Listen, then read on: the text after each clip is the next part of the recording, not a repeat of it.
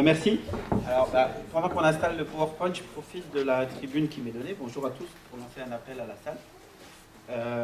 Moi, je suis professeur à l'Université de Bourgogne. On a des jeunes gens très motivés qui organisent le 7 février une table ronde entre professionnels et étudiants. Et je suis à la recherche de professionnels des métiers de l'environnement qui seraient disponibles le 7 février. Donc, s'il y en a dans la salle, donnez-moi une petite carte de visite ou envoyez-moi un petit email. Vous avez mon nom en bas, Daniel Vif. Donc mon email, daniel.vif@u-bourgogne.fr. C'est vraiment des jeunes gens très bien. C'est les étudiants qui organisent. C'est vraiment une journée de débat pour les aider dans leur orientation universitaire. Donc je profite de cette assemblée. Puis deuxièmement, comme on ne fait jamais aussi bien que possible une publicité, si vous voulez voir un bel exemple de diversité, réservez dès maintenant votre deuxième week-end d'octobre. Venez au Salon du Champignon, dans les locaux d'université, où les mycologues de Côte d'Or, chaque année, et vous vous enverrez une photo, nous provoque bel étalage de diversité. Et alors après, justement, moi je vais rebondir sur le mot diversité avec le titre que j'ai mis sur ma conférence. Non, j'aurais le pointeur, si on le voit. On le voit, il marche un petit peu.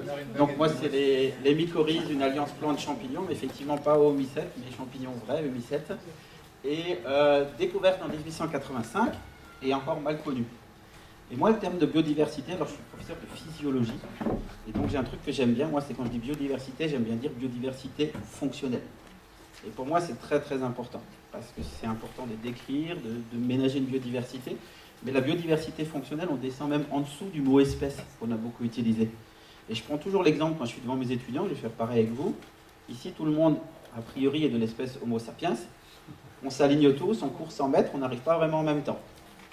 Donc la fonction, elle est là. Chacun a ses points forts, ses points faibles, etc.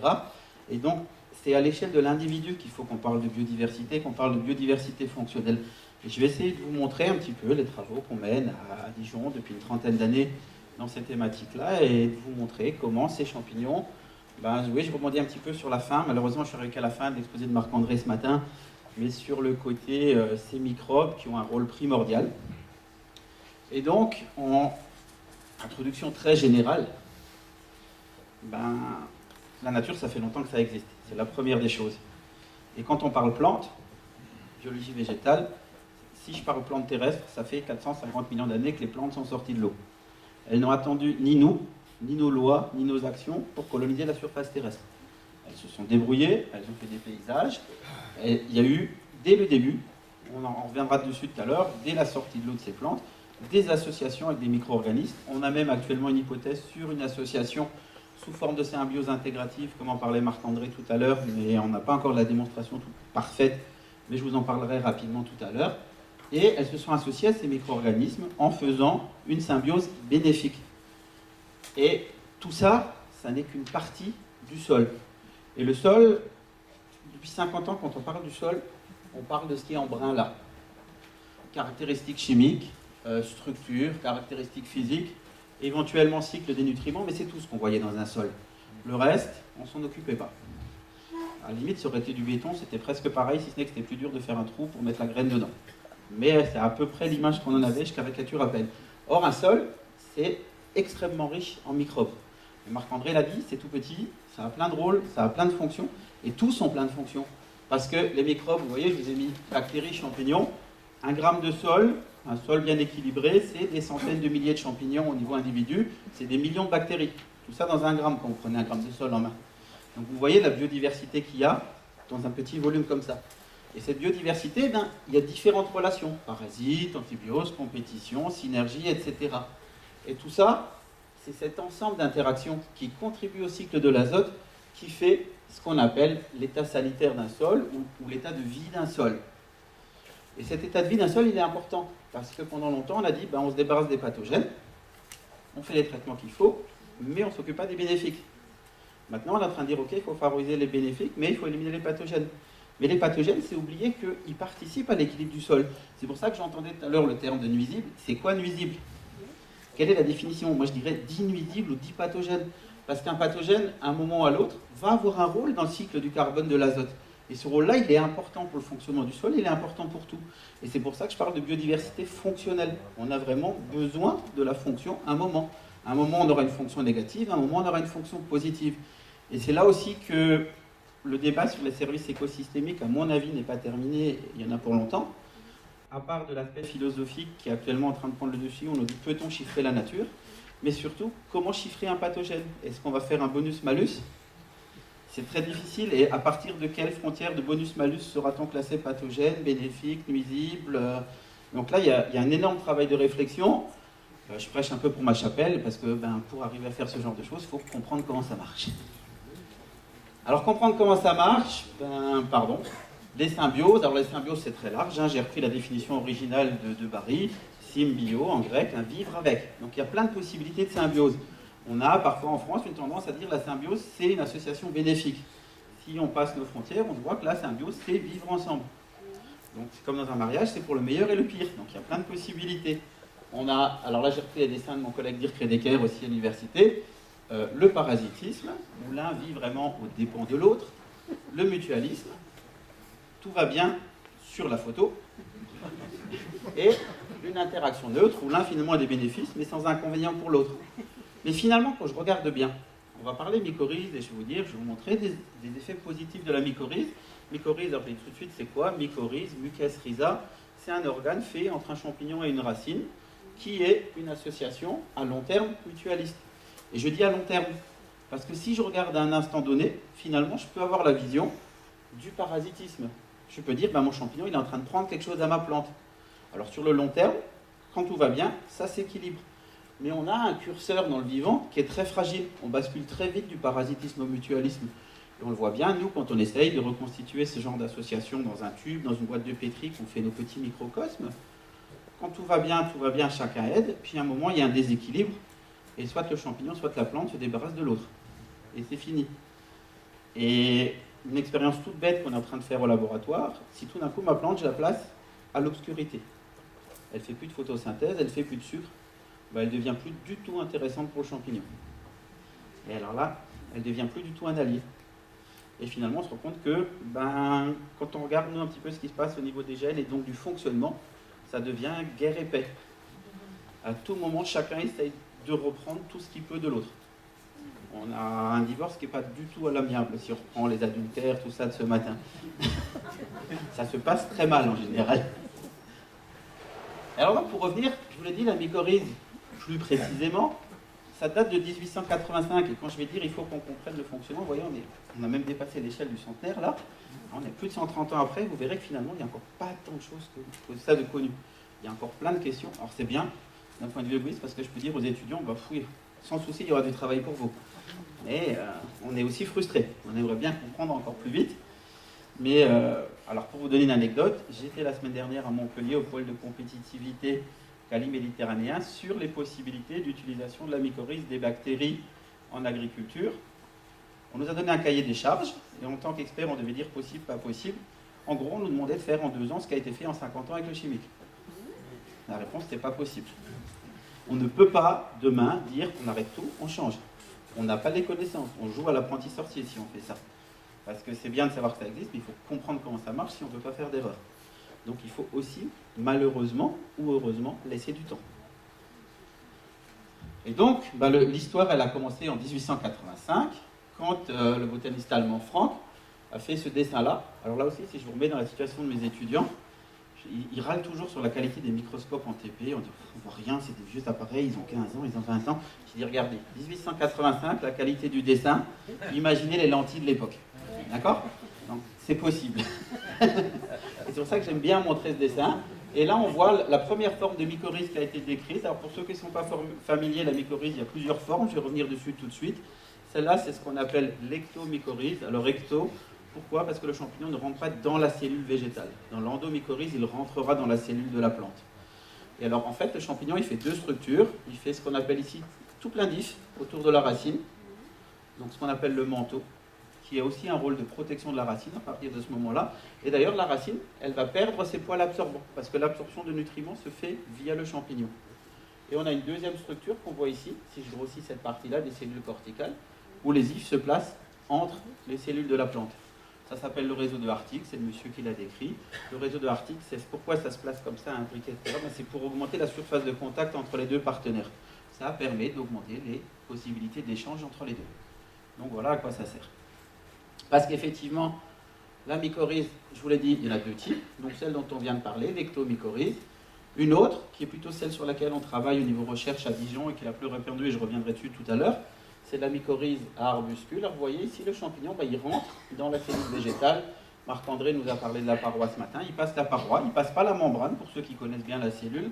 La membrane fait des invaginations. On a des petits buissons. Et ces petits buissons, ça ressemble à des petits arbustes. C'est pour ça qu'on appelle ça mycorhize à arbuscules. Là aussi, petits buissons, maximum de repli, maximum de surface de contact et d'échange entre les deux partenaires. Ces deux mycorhizes, il y en a encore d'autres formes, elles sont apparues indépendamment dans l'évolution. Celle-là est très vieille, elle a 450 millions d'années. Quand je disais tout à l'heure, les plantes sont sorties de l'eau il y a 450 millions d'années, elle est apparue à ce moment-là. C'est des travaux d'un collègue qui est à Dijon maintenant, qui était aux États-Unis à l'époque, Dirk Redeker, qui ont trouvé des spores fossiles qui datent de l'Ordovicien, qui ont démontré donc l'existence il y a 450 millions d'années. L'hypothèse actuelle est une sortie de l'eau des plantes aidées par ces champignons. Et on a peut-être, alors c'est pas démontré, une symbiose bénéfique qui serait l'ancêtre de tout ça. C'est un champignon qui non pas rentre dans la plante, mais qui englobe un filament de cyanobactéries, les nostocs qu'on a vu ce matin. Et c'est l'inverse, le champignon, il est autour de l'organisme photosynthétique, à la place d'être à l'intérieur, mais d'un terme physiologique, on a toujours la même chose, une cellule de champignon, une cellule de plante, avec des échanges entre les deux. Donc c'est très probablement ce genre d'interaction qui a évolué. Alors pour le nommer, ce champignon c'est Géosiphon piriformis, et donc c'est effectivement la cyanobactérie Nostoc pontiforme qui est à l'intérieur. Alors, si j'ai bien compris, vous êtes au maximum du pic de digestion, donc je remets une photo pour vous stimuler. Hein, c'est bon ça? Ça c'est, si on pouvait appeler ça la secte de la mycorhize, et je suis grand prêtre de la mycorhize pour vous motiver pour croire à la mycorhize.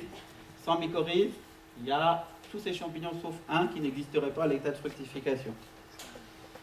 Parce que le champignon a besoin d'être en interaction avec l'arbre pour former la fructification, donc ce qu'on appelle le champignon qu'on ramasse. Il y a effectivement une truffe, et non seulement c'est une truffe, mais c'est une truffe de Bourgogne celle-là. Ah, le patrimoine local. Et du coup, je vais vous faire travailler. C'est lequel le champignon là-dessus qui ne fait pas de mycorhize, qui du coup peut faire des champignons sans être avec l'arbre? Parasite d'arbre mort.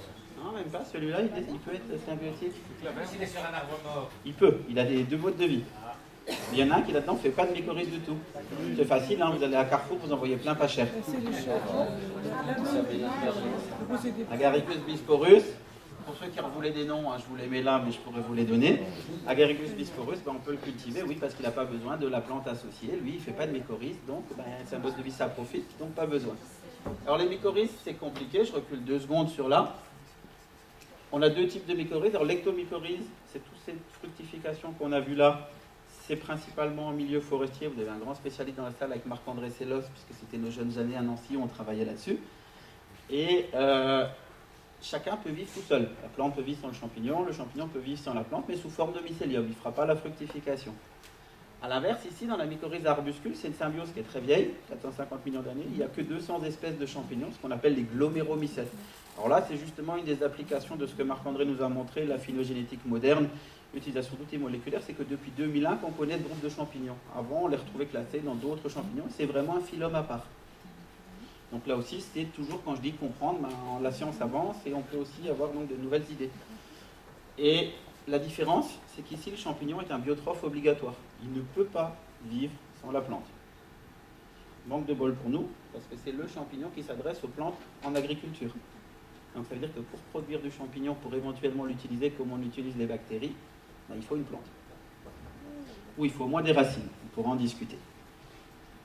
Hop, je repasse tout ça. Maintenant, à quoi ça sert la mycorhize? Qu'est-ce qui se passe dedans? Alors la mycorhize, je vous l'ai dit, c'est un bénéfice mutuel. Donc chacun doit y trouver son avantage. Le premier bénéfice mutuel, c'est à manger pour les deux, c'est le bénéfice trophique, c'est la base. Le champignon, il y a une chose qu'il ne sait pas faire par rapport à la plante, c'est la photosynthèse. Donc il ne sait pas fabriquer du sucre. Je vous rappelle que les plantes, elles sont vraiment à l'origine de toute chaîne alimentaire parce qu'elles font du sucre avec l'énergie lumineuse. Et que, c'est quand même un phénomène formidable. Et qu'on parle souvent des abeilles, mais que sans plantes, il n'y a plus à manger. Pas compliqué. Et on a, alors c'est des estimations qui à mon avis sont surestimé parce que ce sont des conditions de laboratoire, etc., jusqu'à 20% du sucre que fabrique une plante par année qui peut être transféré aux champignons. C'est surestimé, mais sachez quand même que sous un arbre dehors, on a 800 kg de mycélium produit par an. Donc ça donne une idée de ce qu'il faut fixer comme carbone pour fabriquer cette biomasse. Simplement, l'avantage, c'est que c'est beaucoup plus fin un if de champignon qu'une racine. Donc faire 1 mètre d'if, c'est beaucoup moins coûteux en biomasse que de faire 1 mètre de racine. Et donc, pour le même investissement, je vais pouvoir explorer un volume de sol beaucoup plus important quand je suis une plante qu'un champignon partenaire sur ses racines, que quand je suis une plante toute seule. Et alors, les estimations maximales, c'est une augmentation du volume de sol exploré dans les 3 dimensions jusqu'à 1000. C'est un mécanisme tout simple. Augmenter 1000 fois, ça veut dire que vous avez 1000 fois plus de chances de trouver à manger et de l'eau. C'est même pas un mécanisme, c'est purement statistique. Vous explorez 1000 fois plus de volume, 1000 fois plus de chances d'accéder. En plus, il y a des mécanismes particuliers qui font que les champignons savent faire certaines choses que les plantes ont du mal. Par exemple, l'azote organique, les champignons y accèdent très bien, les plantes très mal. C'est la source d'azote la plus importante dans un sol, donc voilà. Donc, premièrement, échange trophique. Alors, l'idée du x 1000, elle est là. Vous avez 2 pains, j'ai repris la couverture du livre de collègue mycorrhizal symbiosis. Vous en avez un dont on voit les racines et qui a toutes ces petites boules, là, c'est les ectomycorhizes qu'on a vu tout à l'heure. Et on voit les ifs qui poussent dans le sol. Vous en avez un ici qui n'a pas formé de mycorhize, qui n'est pas assez mycélium. Là, vous voyez la différence de développement entre les deux, donc l'effet bénéfique pour la croissance de la plante par l'apport de nutriments. Et vous voyez surtout le volume de sol exploré et le volume de sol exploré par celui qui a un partenaire symbiotique. Après, il y a d'autres rôles. On n'ira pas forcément dans le détail, mais Marc-André a dit les vacuoles, c'est la poubelle de la cellule, j'ai adoré. Ouais, les champignons, en plus, ils ont des super poubelles. Ils sont capables de stocker des métaux lourds. On a beaucoup entendu parler au moment de Tchernobyl, radioactivité, etc. Et d'ailleurs, c'était super sympa, enfin, entre guillemets. On pouvait suivre la descente de la radioactivité dans le sol en connaissant la profondeur du mycélium des différents champignons. Ça disparaissait des uns après les autres. On a pu suivre la vitesse où la radioactivité est descendue. Parce qu'ils peuvent stocker ça et vivre très bien. Ça nous a d'ailleurs valu à l'époque l'histoire des sangliers radioactifs, vous savez, qui mangeaient du champignon et qui après étaient radioactifs. Un peu exagéré aussi. Mais donc, cette protection de la plante par le champignon, par des mécanismes de stockage, entre guillemets, de poubelles intermédiaires entre le sol et la plante, c'est beaucoup utilisé, par exemple, dans le nord de la France, pour la recolonisation des terrils miniers. C'est beaucoup utilisé en Pologne, de plus en plus. On a aussi tout simplement des phénomènes de compétition contre les autres micro-organismes du sol. Le champignon prend une niche en prenant les nutriments, en prenant la place. Je vous rappelle aussi, pénicillium, les champignons savent produire des antibiotiques, donc ils savent protéger une plante. Et dans le cas de l'ectomycorhize dont je vous ai parlé tout à l'heure, on a cette barrière, le manteau qui est tout autour. Rien que ça, c'est une barrière mécanique, c'est une protection pour la plante. Et j'ai volontairement marqué du système racinaire. On n'a pas de protection des parties aériennes par la présence de mycorhizes. La seule protection au niveau aérien que peut apporter la mycorhize, c'est que la plante ayant plus à manger dans un meilleur état, c'est comme nous, quand on est plus en forme, on est moins sensible aux maladies que quand on est fatigué et déjà diminué. Mais il n'y a pas une vraie protection contre les parties aériennes. Alors on sait, en ce moment, on a plusieurs résultats au niveau génétique, on active en plus les défenses de la plante. Personne ne hurlera dans la salle, mais pour simplifier, je dirais que c'est presque une vaccination de la plante. Les plantes n'ont pas de système immunitaire, donc je n'ai pas le droit de le dire, mais ça se comprend bien. D'accord ? On a une activation des défenses de la plante. Et après, on a des rôles plus spécifiques que je ne développerai pas aujourd'hui, comme par exemple la germination de certaines semences d'orchidées qui ne se fait que quand le partenaire est présent, puisque la graine d'orchidée n'a pas de réserve et que donc elle a besoin du champignon pour survivre dès sa germination. Et ça, je n'ai pas vraiment le temps d'aller dans le détail aujourd'hui. La mycorhize, en plus, a l'immense avantage, on en trouve partout. Alors, pas toutes les formes, mais là pour prêcher pour la chapelle dijonnaise, la mycorhize arbuscule sur laquelle on travaille, on la trouve dans pratiquement tous les écosystèmes. On travaille sur le génépi actuellement dans les Alpes avec un labo de Grenoble à plus de 2000 mètres d'altitude. On travaille en horticulture, on travaille en maraîchage, on travaille un petit peu dans tous les écosystèmes où il y a de la production végétale. Il y a quelques rares familles de plantes terrestres qui ne forment pas de mycorhize, il en fallait. Les brassicacées, les cariophyllacées, les chénopodiacées. Ça veut dire au passage, pour ceux qui connaissent bien la recherche en biologie végétale, que la plante modèle Arabidopsis thaliana, ce qu'on trouve dessus, c'est difficile à transférer dans la nature, parce qu'elle ne fait pas ce qui se fait dans la nature. Et avec le danger de n'avoir qu'un modèle, je suis bien d'accord. Alors je vous l'ai dit, cette mycorhize-là, les spores fossiles de Dirk Redeker, qu'il a trouvé ici, 450 millions d'années, elle s'adresse à un large éventail de plantes terrestres, puisqu'on en trouve même, et ça a été publié dans les revues Nature, etc., il y a 2-3 ans, chez les mousses qui n'ont pas encore de racines. Donc finalement, mycorhize, le nom ne serait même pas exact. C'est quelque chose qui s'est mis en place très très très tôt. Et on a cette structure d'échange qui fonctionne. Alors pour vous donner une idée d'à quoi ça ressemble, ces mycorhizes arbuscules dans le sol, vous avez ici cette racine, vous avez des filaments très très fins qui circulent et ces spores de champignons mycorhizogènes arbuscules. Et au passage, une petite fierté à Dijon, il existe une collection unique au niveau mondial de ces champignons, parce que je dis, ils ne peuvent pas vivre sans la plante. Donc ça veut dire qu'il faut les maintenir en culture vivante perpétuelle. 6 laboratoires dans le monde se sont associés pour faire ce qu'on appelle la Banque européenne des glomales, qui depuis est devenue la Banque internationale des glomales, mais qui a gardé son logo, avec des cultures de référence bien identifiées, bien typées, ce qui est aussi un beau réservoir de biodiversité, à la fois pour les études, mais aussi pour la restauration de la souche un jour ou l'autre. Et cette collection, elle est dans notre laboratoire, UMR Agroécologie à Dijon, elle est maintenue chez nous, et elle est gérée en partenariat avec d'autres laboratoires. On a 41 souches en culture permanente et plus de 200 souches qui, elles, sont stockées sous différentes formes, ou soit chez des laboratoires partenaires. Alors le cycle de vie de la mycorhize arbuscule, je vous l'ai dit, c'est différent. Le champignon rentre dans la cellule, fait cette petite arbuscule. Vous avez là une photo en microscopie qui vous montre bien cette forme de buisson pour augmenter la surface d'échange. Ensuite, on a sporulation, formation des spores. La spore est relarguée dans le sol, germe, et quand la spore a germé, très vite, elle rencontre une plante ou s'arrête. Elle peut s'arrêter une fois, elle peut s'arrêter 2 fois, après elle meurt. Donc il faut un contact avec le partenaire végétal et il faut la mise en route. Ça aussi, c'est un des obstacles pour l'utilisation actuelle de champignons en agriculture. Si on pense à l'amener en même temps qu'une semence, il faut pouvoir s'assurer que la germination de la spore se fait en même temps que la germination de la semence. Là aussi, il faut pouvoir comprendre comment c'est régulé. Après, il y a encore plus complexe qu'une plante, un champignon. On a déjà une plante, plusieurs champignons. Et il y a cette notion de Wood Wide Web, alors 3W, comme World Wide Web. Si je suis politiquement correct, Académie française, toile d'araignée mondiale. Si on veut bien comprendre, réseau Internet mondial. Par analogie, on a parlé du réseau à l'échelle de la forêt, mais finalement, on devrait changer le nom, mais on a gardé le Wood, forêt pour le 3W. C'est à l'échelle de tout peuplement végétal. On a la même chose dans une prairie, etc. Mais qu'est-ce que c'est ? On a un champignon qui connecte plusieurs plantes entre elles. On a d'autres champignons qui connectent d'autres plantes, mais vous voyez que cet arbre-là, il est connecté avec ceux-là par un premier champignon, avec ceux-là par un autre. Et c'est cet ensemble de réseaux souterrains qu'on appelle le Wood Wide Web. À quoi ça sert ?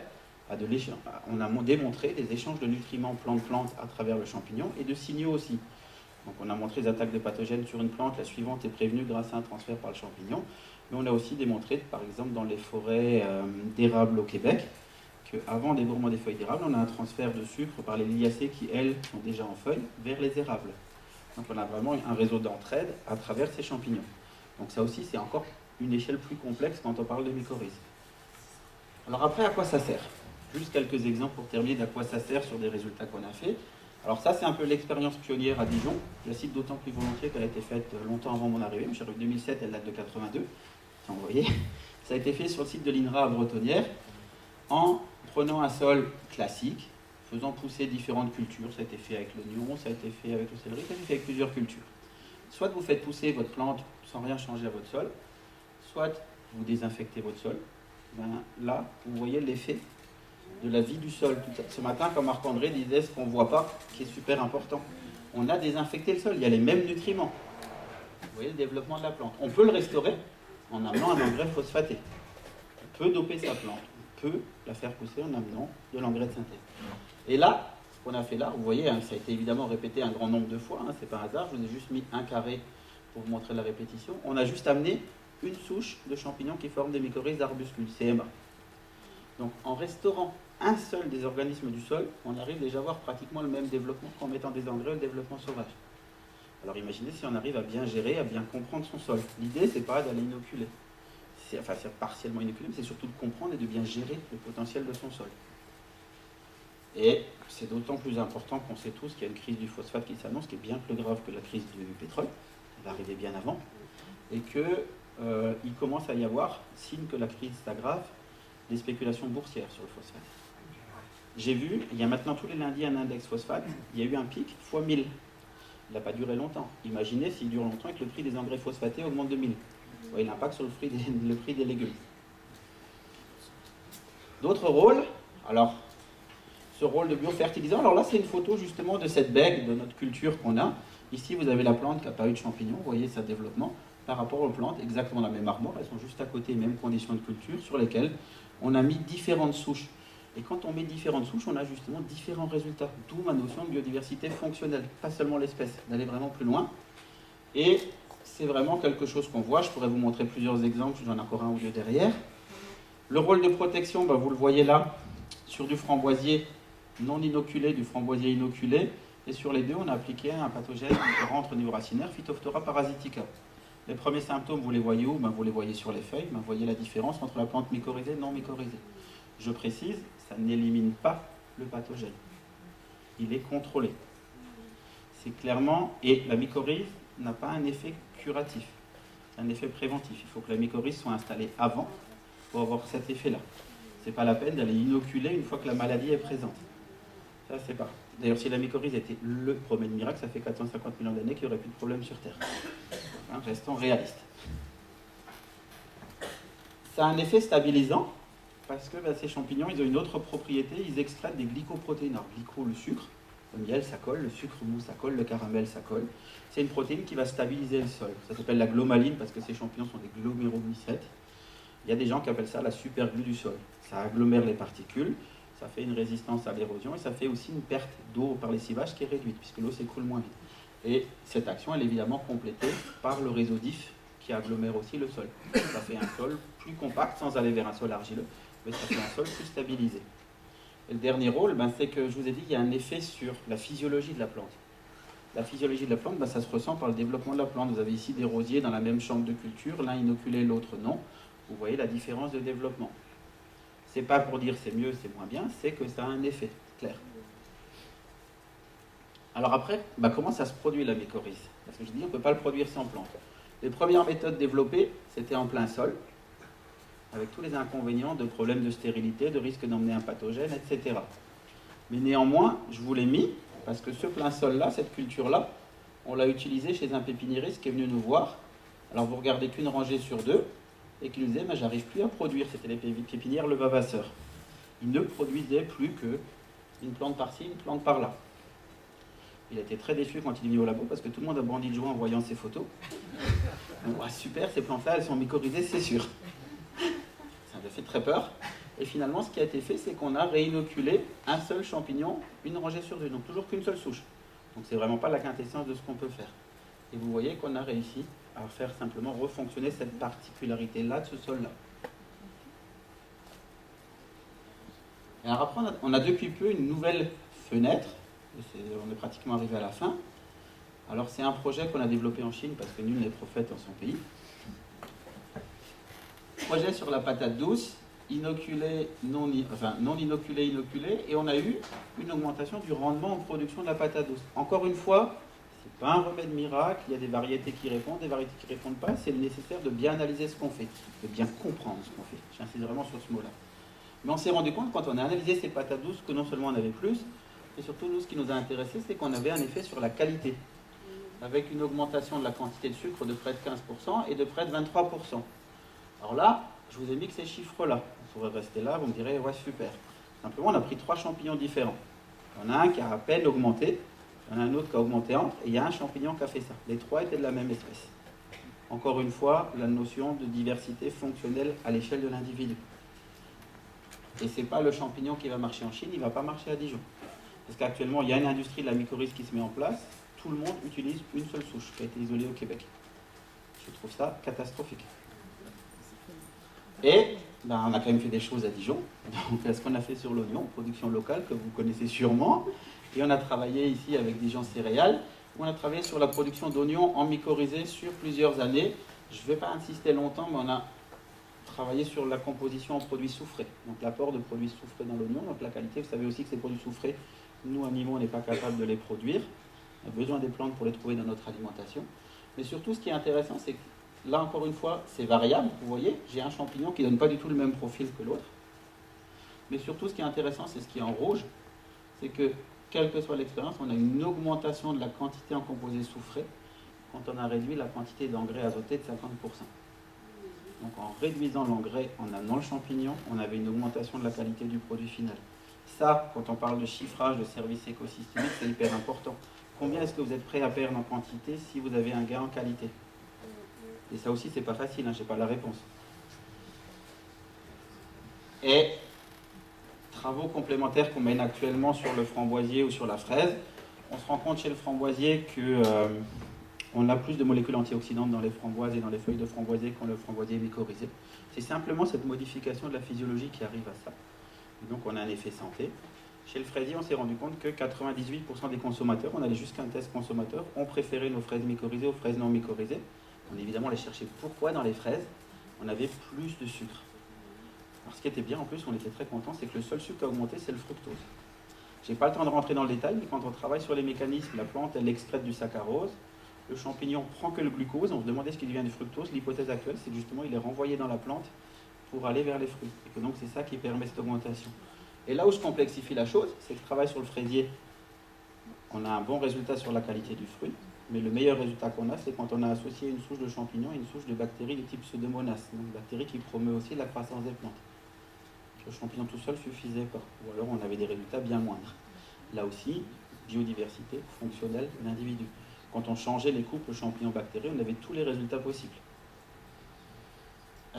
Même chose sur la pomme de terre. Alors au passage, la pomme de terre, c'est les pires sols que j'ai jamais vus, que j'ai toujours pas vu de sol mort. Il a suffi pour nous de cultiver du trèfle sur ces sols de pommes de terre pour pouvoir remycorhizer. Il y avait des champignons qui font des mycorhizes, mais on n'arrivait plus à faire mycorhizer les plantes dedans. Et puis je vais arrêter là, en vous rappelant la mycorhize, la truffe de Bourgogne où j'ai commencé, on est revenu au bout, et bon appétit, bonne digestion.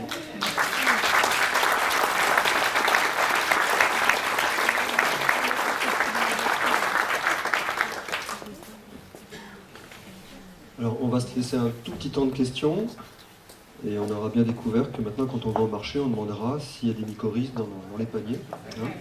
Et puis j'oserais dire qu'effectivement, on est tous homo sapiens, mais j'ai l'impression qu'on est tous très férus de parole et de qualité, de plein de choses à dire. Ça, je crois que là, vous êtes vraiment tous les intervenants, vous êtes tous pareils. Mais c'est très bien, c'est une qualité.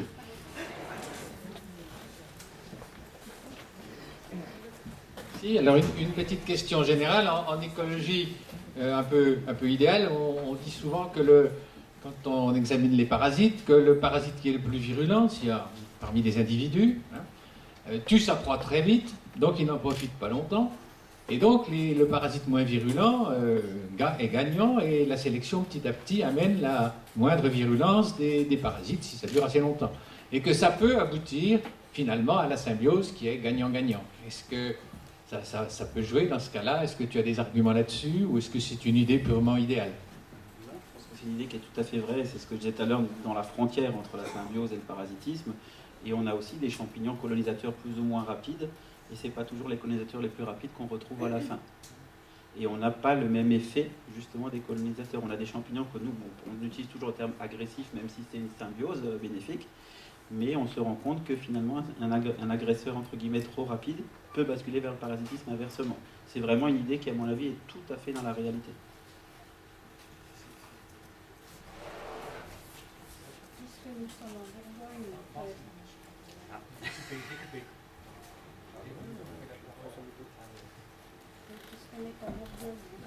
Nous sommes en Bourgogne. Voilà. Et que nous sommes confrontés à beaucoup de viticulture, et que les viticulteurs eux-mêmes sont confrontés à des tas de parasites, etc. Est-ce que vous avez fait des expériences sur la vigne? Voilà, parce que apparemment beaucoup de maladies sont dues apparemment à des champignons, je ne sais pas. Est-ce que vous pouvez nous informer là-dessus? Alors, on travaille actuellement sur la vigne, parce que qu'est-ce qui va le mieux avec une bonne truffe qu'un verre de bon vin, les mycorhizes mènent à tout. Et on travaille actuellement justement avec le bureau interprofessionnel des vins de Bourgogne sur un inventaire des mycorhizes dans les sols bourguignons, parce que ça n'a pas été fait tout simplement. Et on a eu beaucoup de choses de dites, de dire par exemple on a mis beaucoup de chimiques, il n'y a plus de mycorhizes, etc. Alors la bonne nouvelle que je peux déjà vous annoncer, on est en train d'analyser les résultats, c'est que quelle que soit la parcelle qu'on ait testée, on a trouvé des mycorhizes. Ça c'est clair et net. Après, on a mené, nous, des études en laboratoire, qui ne sont pas encore menées en plein champ, où on n'a pas, parce qu'il n'y a pas que les méchants champignons, on a travaillé sur les nématodes, parce que les nématodes, c'est un gros problème, il n'y a plus de biocides sur le marché, etc. Et on a pu nous montrer qu'une plante mycorhizée présentait une induction systémique, c'est-à-dire même les racines non mycorhizées quand on travaille avec des compartiments, de résistance aux nématodes. Encore une fois, ce n'était pas une élimination, mais on a eu des baisses jusqu'à 70% d'égal. Après, c'est en conditions de laboratoire, le nématode, le champignon. Comment ça va se passer? On est en train de le faire en plein champ. C'est vraiment une thématique, si je dis au début, nul n'est prophète dans son pays, parce que ça n'a longtemps pas été considéré ici. On travaille super bien actuellement avec les viticulteurs et on a une réunion fin novembre pour faire le débriefing sur tout ça, donc on est en train d'analyser. Donc on travaille dessus, ouais. Elle est complètement d'actualité et d'autant plus que je disais, la mycorhize s'adresse à la racine. Beaucoup de maladies de la vigne sont aériennes. Et donc, on travaille en partenariat avec l'équipe de Marielle Adrian, qui est aussi dans notre UMR, unité mixte de recherche, qui elle travaille sur les stimulateurs de défense naturelle, c'est-à-dire des molécules extraites de champignons, etc. Et donc, avec une action combinée racine-partie aérienne, on est en train de tester ça. Donc, vous êtes complètement dans l'actualité.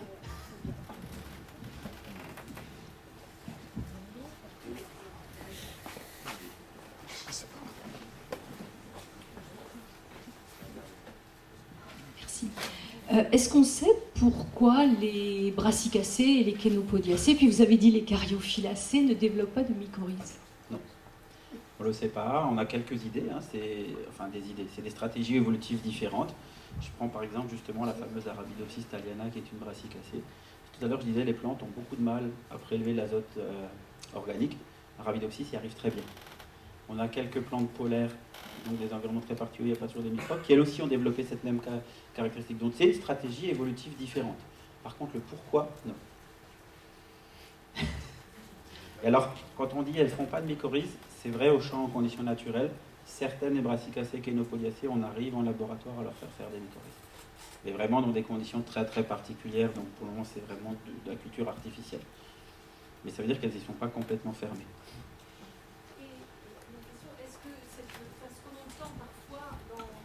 Dans le milieu agricole, qu'effectivement la présence d'engrais azotés ou d'engrais ammoniaqueux, enfin d'engrais de synthèse, va bloquer la formation des mycorhizes. Est-ce que ça, c'est avéré ou pas? C'est pas la présence, c'est la quantité. Parce que c'est ce que je disais tout à l'heure, le champignon ne peut pas vivre sans la plante. Et on sait très bien mesurer que quand la plante a suffisamment à manger, ce que je disais, l'équilibre entre mutualisme et parasitisme, elle envoie le champignon balader. C'est clair, c'est net. Et après, on a un gros problème actuellement, qui est la façon dont est menée la sélection variétale et la mise au catalogue. Puisque les tests de mise au catalogue sont des tests de réponse aux engrais, et non pas des tests de réponse aux micro-organismes. Et on a des collègues suisses qui ont fait des tests sur des variétés de blé avant 75, après 75. La bonne nouvelle, c'est que toutes les variétés formaient des mycorhizes. L'aptitude s'est jamais perdue, malgré une sélection qui va au détriment de cette association. Simplement, dans les variétés d'avant 75, 8 sur 11 présentaient un bénéfique en termes de biomasse de l'interaction avec la mycorhize. Sur les variétés d'après, c'était 1 sur 11, il y en avait parfois un effet négatif. Elles ont été sélectionnées pour autre chose. Alors on discute actuellement avec les semenciers, qui sont tout à fait à l'écoute, conscients maintenant de cette chose-là, mais pour le moment, les modalités de mise au catalogue, c'est toujours un test par rapport à la réponse en graines. Je voulais savoir, est-ce qu'il peut y avoir plusieurs espèces de champignons sur un même plan? Non seulement il peut, mais il doit. Dans la doit. nature, il doit. C'est un minimum de 5-7 espèces différentes. C'est d'autant plus complexe.